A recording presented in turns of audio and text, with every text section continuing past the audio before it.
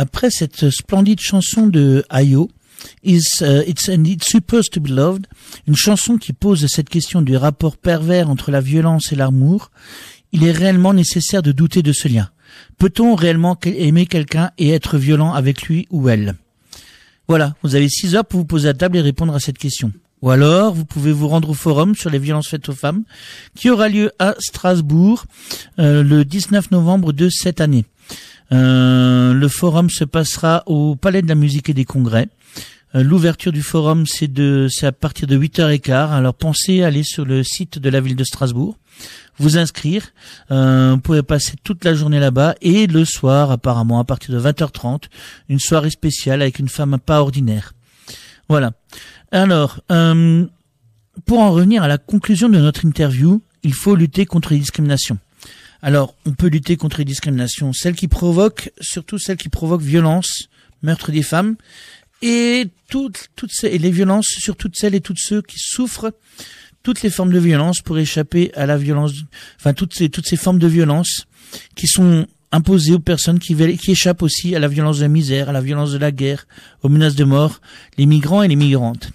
Là aussi, notre calendrier du mois de novembre nous propose un rendez-vous immanquable, le Festival Migrant-Scène de la CIMAD, et ses propositions spectaculaires partout en France et aussi à Strasbourg.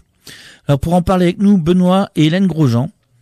Alors bien que ce ne soit pas la première fois que vous prenez la parole derrière un micro RBS, est-ce que vous pouvez vous présenter en quelques mots? Benoît Grosjean, donc je suis militant à la CIMAD depuis maintenant quelques années, et en particulier dans l'accueil des migrants en rendez-vous qui viennent faire des consultations pour une aide, un accompagnement sur leur dossier administratif.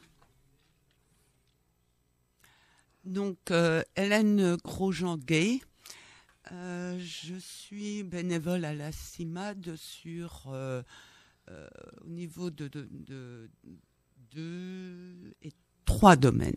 Le premier, c'est en tant que organisatrice, coordinatrice de Migrant-Scène pour cette année.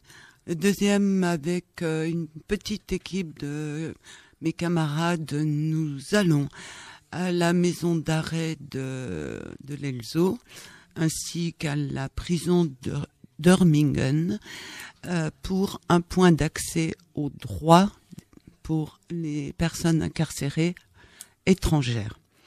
Et enfin, nous, dans le cadre du mouvement des amoureux au banc public, nous sommes accueillis par la CIMAD où nous faisons une permanence tous les premiers lundis du mois de 12h30 à 14h.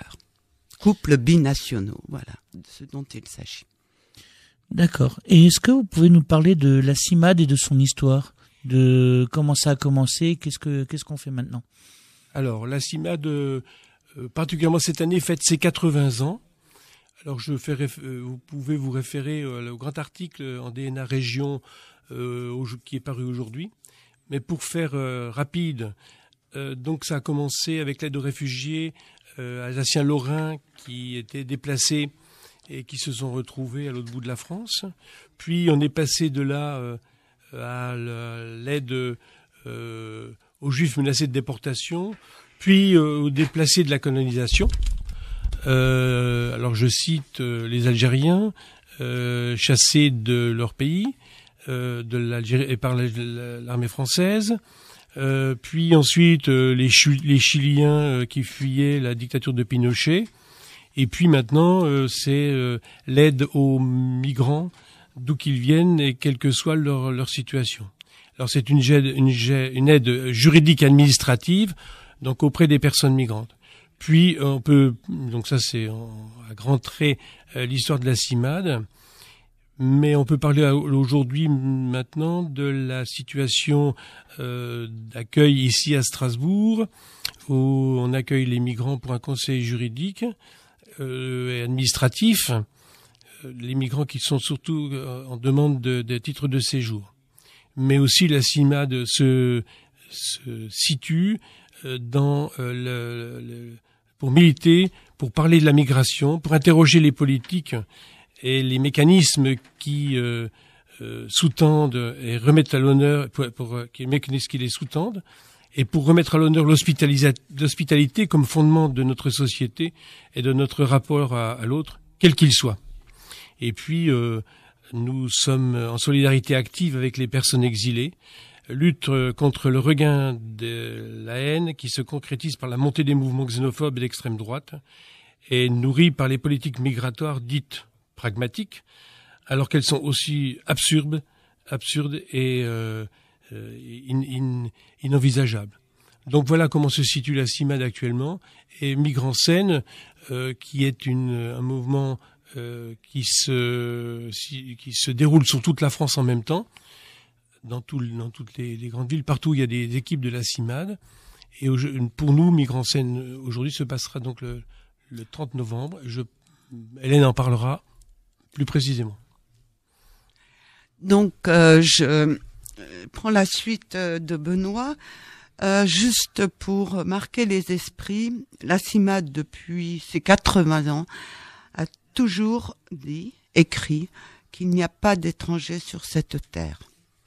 Voilà. À part peut-être Superman. Ouais, peut-être. Alors, concernant le festival Migrants en Scène, le festival Migrants en Scène a lieu tous les ans et c'est un moment festif qui nous permet de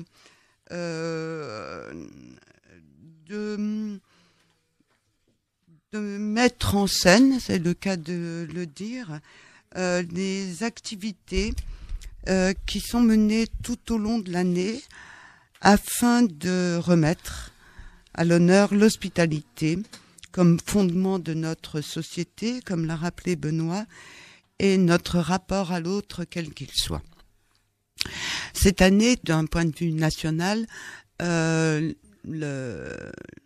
question de Migrants en Scène, Festival de la CIMAD, c'est résistance au pluriel. Chaque groupe local, toute la France, décline cette thématique à sa façon, en toute liberté. Cette année, comme tous les 2 ans, nous sommes inclus dans un autre festival, le festival Strasbourg Méditerranée, qui en est à sa 11e édition. Le festival Strasbourg Méditerranée, lui, cette année, a comme dynamique intitulée Par-delà les murs. Il a lieu du 23 novembre au 7 décembre 2019. Si ça vous intéresse, vous pouvez aller sur www.strasmed.com. Je continue. Sur Strasbourg Méditerranée, 60 représentations durant ce temps du festival, concerts, rencontres, documentaires, expositions dans 30 lieux différents répartis sur les différentes villes de l'Eurométropole. Pour Migrants en Scène. Alors, Migrants en Scène, la CIMAD. Cette année, nous avons décliné la thématique de résistance au pluriel par je, tu, il, elle, ça résiste.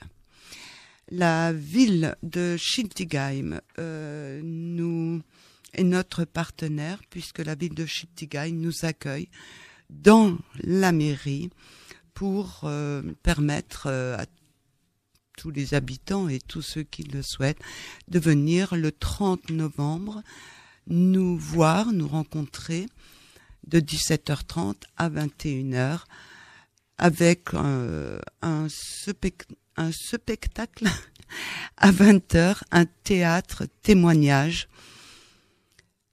Un théâtre qui, en fait, est composé d'une troupe de théâtre cette troupe, est composée de bénévoles de la CIMAD et surtout de personnes migrantes qui, elles, sont hébergées ou vivent dans 2 associations, l'Étage et Antenne. Il y a également 3 travailleurs sociaux qui viennent avec les personnes qui vivent dans les associations et qui viennent pour faire partie de cette troupe de théâtre. Je vous laisse pour la suite dans quelques instants en termes de détails de cette journée. Oui, donc cette journée elle sera composée essentiellement d'une exposition. Il se trouve que les migrants qui étaient volontaires ont pu s'exprimer au travers, avec l'aide et l'accompagnement d'une plasticienne, ont pu s'exprimer sur oui, Clotilde, oui, qui nous a amené à nous exprimer autour de ce thème de la résistance. Donc vous pourrez voir exposer le produit de ce travail. Puis il y aura une lecture autour du thème de la résistance, lecture de textes, de théâtre, d'écrits, sans oublier bien sûr un espace dédié aux enfants pour réfléchir, c'est quoi résister, lire, échanger, regarder, dessiner, un atelier, puis une projection de documentaire, parce que il est évident qu'on ne peut pas passer sous silence l'anniversaire des 80 ans de la CIMAD, c'est très très très très important. La CIMAD maintenant fait partie du paysage, et la CIMAD est consultée régulièrement, pas toujours écoutée, souvent décriée par ceux qui ne veulent pas entendre parler de la migration. Et donc ce documentaire est plein d'enseignements, d'informations sur la CIMAD. Puis le gros morceau, ce sera un théâtre témoignage. Donc le groupe de militants de la CIMAD, de travailleurs sociaux et surtout de migrants et migrantes a pu mettre en scène un spectacle sous l'accompagnement de Paul Schlick, un professionnel qui a pu mener sa petite troupe vers un produit, ma foi, que vous pourrez applaudir, et vers voir comment les choses s'expriment. D'autant que en dehors de la pièce qui sera jouée, il y aura des chants, il y aura de la poésie, et ça c'est vraiment formidable de pouvoir, et de plein de pays différents. Donc un témoignage très très fort, et puis ça se terminera bien sûr par un buffet du monde avec différentes nourritures de tous les coins du monde, qui est aussi une expression culturelle majeure et qui permet de passer un bon moment de convivialité.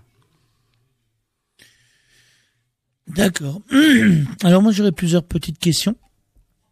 La première question, on parle du festival Migrants en Scène, on a parlé un peu de la CIMAD qui à l'origine était une association qui a d'abord accompagné les Alsaciens qui fuyaient l'Alsace pendant la période de l'annexion. Grosso modo, qui étaient déplacés. Qui étaient déplacés, oui. qui ont fui l'avancée allemande, quoi, pendant la Deuxième Guerre mondiale. Grosso modo, c'est quoi un migrant, et est-ce qu'un migrant doit toujours quitte son pays systématiquement pour affronter des situations critiques? Bon, alors, il est inscrit dans la Déclaration universelle des droits de l'homme que toute personne peut quitter son pays et aller dans un autre sans distinction de quoi que ce soit. Donc c'est un droit fondamental. D'ailleurs, il est très paradoxal que si moi je veux aller me balader au Burkina Faso, en Indonésie, au Canada, je n'ai absolument aucun problème, personne ne va me poser de questions, il suffit de payer le visa. Or, quand d'autres personnes veulent venir, eh bien c'est très très compliqué dans la mesure où ils viennent de pays du monde qui sont considérés comme risquant de migrer, de venir chez nous.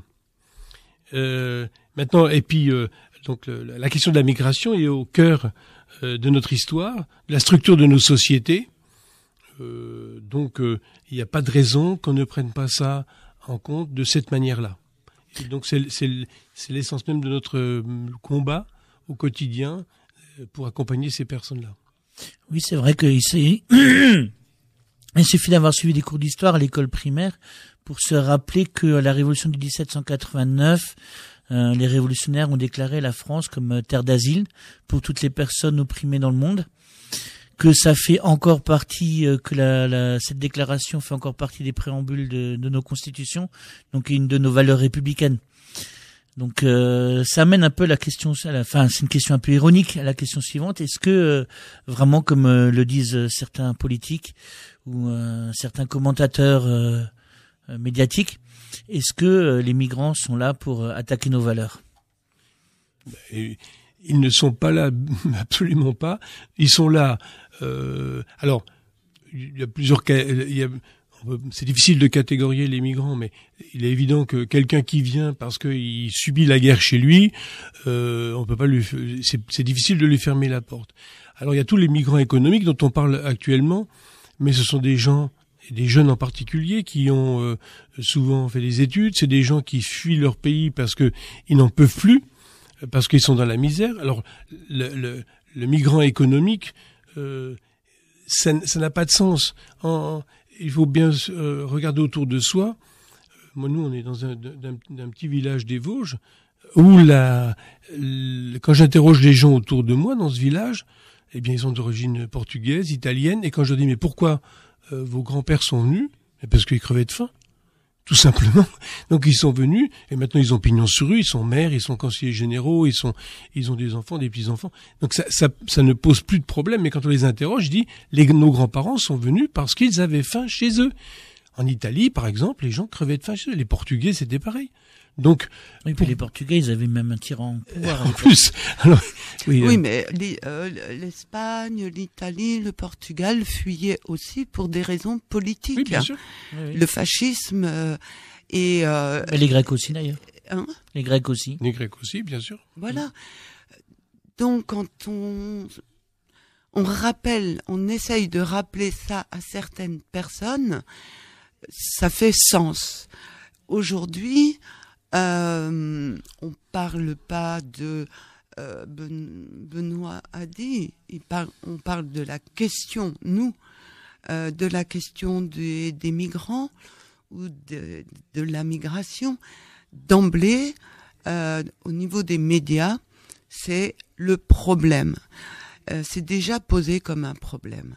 RBS nous accueille pour qu'on ait les micros, qu'on soit entendu.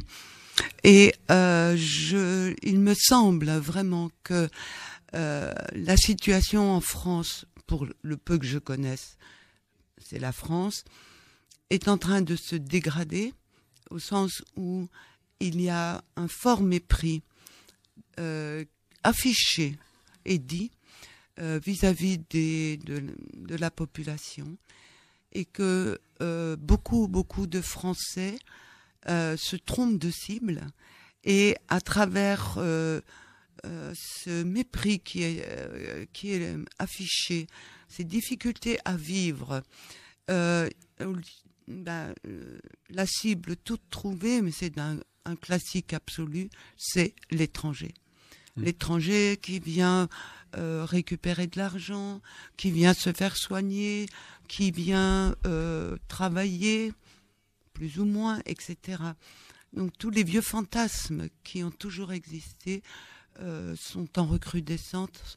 Et il faut savoir tout de même, je pense, pour les classes sociales dont on parle, les personnes, hommes ou femmes, viennent parce qu'ils doivent partir. Ils doivent partir. C'est pas un véritable choix. Ça fait partie d'un contexte social, économique, écologique. Oui, alors Benoît. Complètement. Ce que nous dénonçons, c'est qu'une certaine représentation politique qui est tenace nous incite à considérer les étrangers comme une menace par nature. C'est-à-dire quand on est étranger, et c'est le rapport de soi à l'autre. Il y a nous et les autres. Et ça, les discours politiques, quels qu'ils soient, d'où qu'ils viennent, viennent perturber enfin en tout cas insister sur ce rapport de soi à l'autre, et du coup, eh bien les politiques qui en découlent sont des politiques discriminatoires et pas justes. Et quand on connaît bien les gens pour les côtoyer, nous dans notre militance au quotidien, pour les côtoyer tout le temps, c'est pas possible. Je fais une autre parenthèse. Il se trouve qu'on est en contact avec beaucoup de mineurs non accompagnés, parce que la CIMAD, on s'est aussi lancé là-dedans. On se rend compte qu'il y a des gamins qui sont des enfants, qui sont pas pris en charge ou mal pris en charge ce sont des mineurs. Alors là, c'est une atteinte profonde aux droits de l'enfant, tel que la France l'a signé. C'est un renoncement par rapport à une signature au bas de la page par l'État français. Et donc, il y a des gamins qui sont maltraités, qui sont à la rue.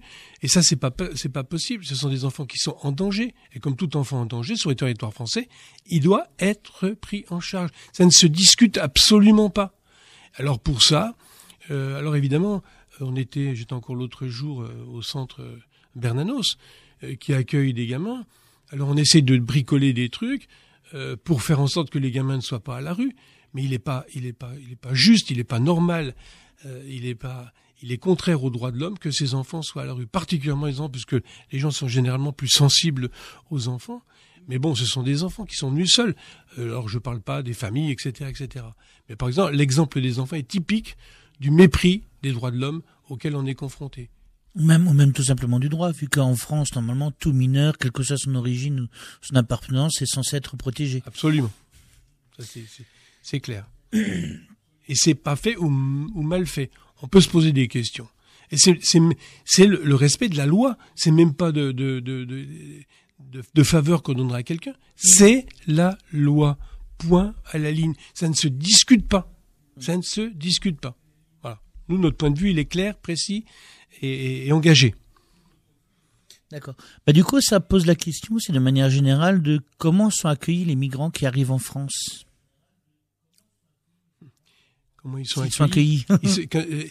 La notion d'accueil, et on pourra en parler, quelqu'un qui arrive en France, normalement, beaucoup ont des compatriotes, donc ils errent un petit peu, ils essayent de trouver des manières de légaliser leur présence en France. Alors, premièrement, en demandant l'asile. Bon, asile qui n'est pas facilement accordé, contrairement à ce qu'on imagine. C'est pas facilement accordé du tout, parce qu'il faut justifier le pourquoi on est parti et pourquoi on sollicite l'asile.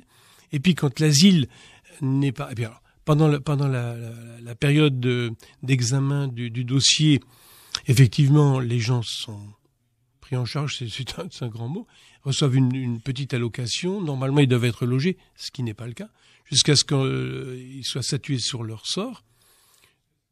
Ensuite de ça, s'ils sont reconnus comme relevant du droit d'asile, à ce moment-là, bon, ils ont des papiers, il n'y a pas de problème, ils peuvent travailler. S'ils ne sont pas reconnus, si l'asile n'est pas reconnu, ils peuvent faire appel, faire un recours. Si le recours est négatif, à ce moment-là, et qu'ils veulent rester, ça veut dire qu'il faut qu'ils fassent une demande de titre de séjour. Là, c'est là que nous, surtout, qu'on intervient à Strasbourg, à la CIMAD. Et à ce moment-là, ils n'ont droit à rien. Mais rien, c'est rien. C'est pour se loger, c'est le 115.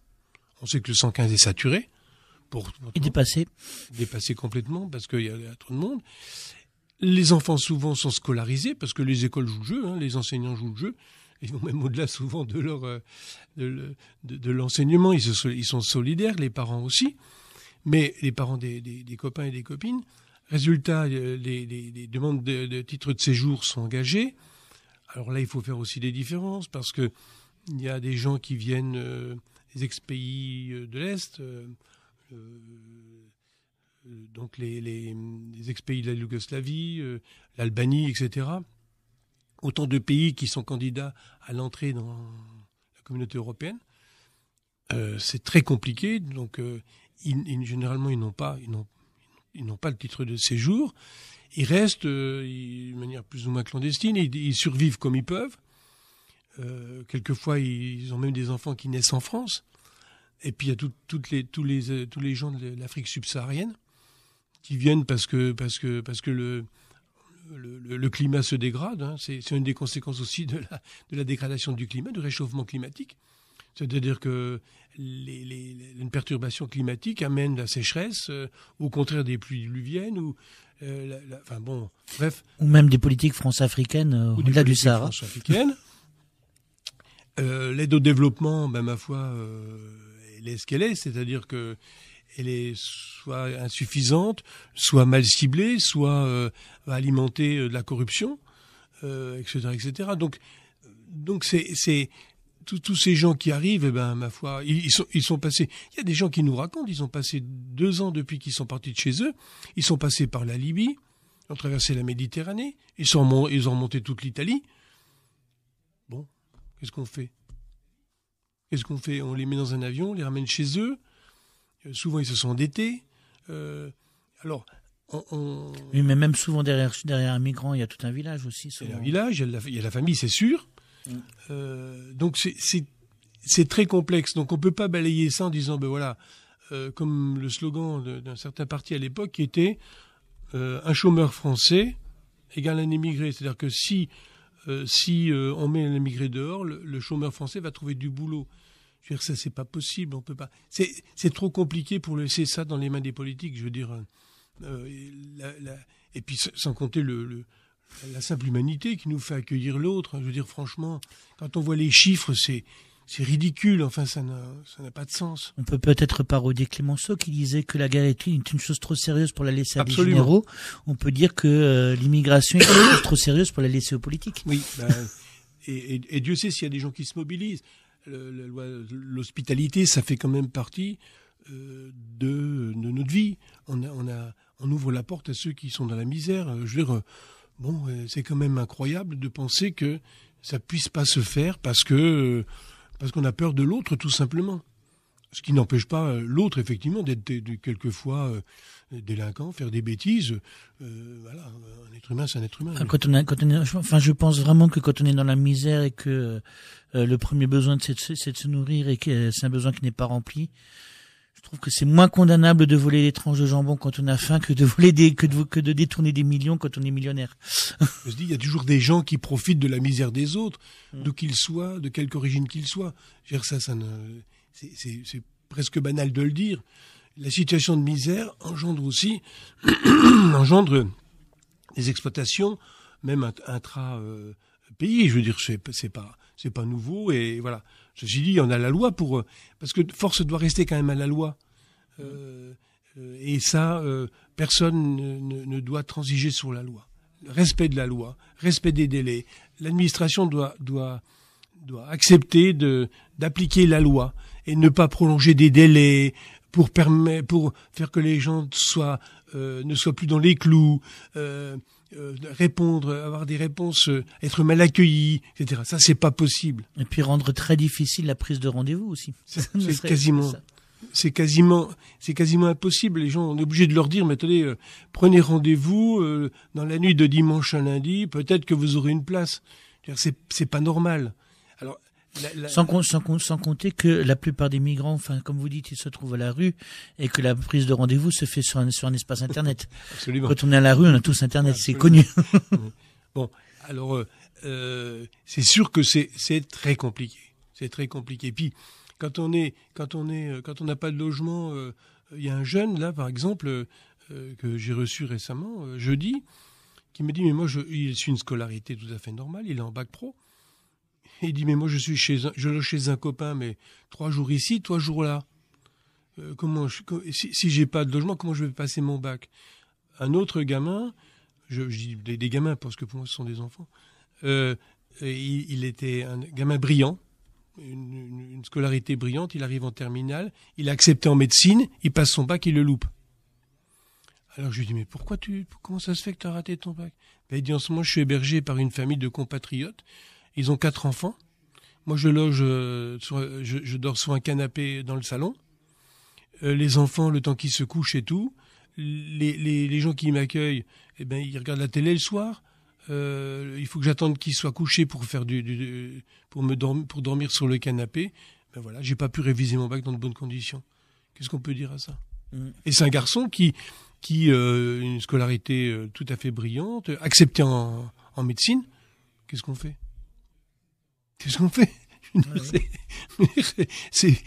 Ça paraît fou, mais c'est comme ça. Et c'est comme ça que ça se passe. Oui. Alors du coup, notre émission touche à sa fin. Avant de nous quitter définitivement et de vous donner rendez-vous la semaine prochaine pour les émissions de la Caresse, je vous propose d'écouter quand même une petite chanson des Rolling Stones. Alors je sais pas si vous savez comment ça se dit en anglais. Donnez-moi un abri. Non. Ça se dit Give Me a Shelter. Give Me a Shelter. Oui, c'est ça. Voilà, et du coup, on va passer un peu cette chanson-là avant de clore l'émission.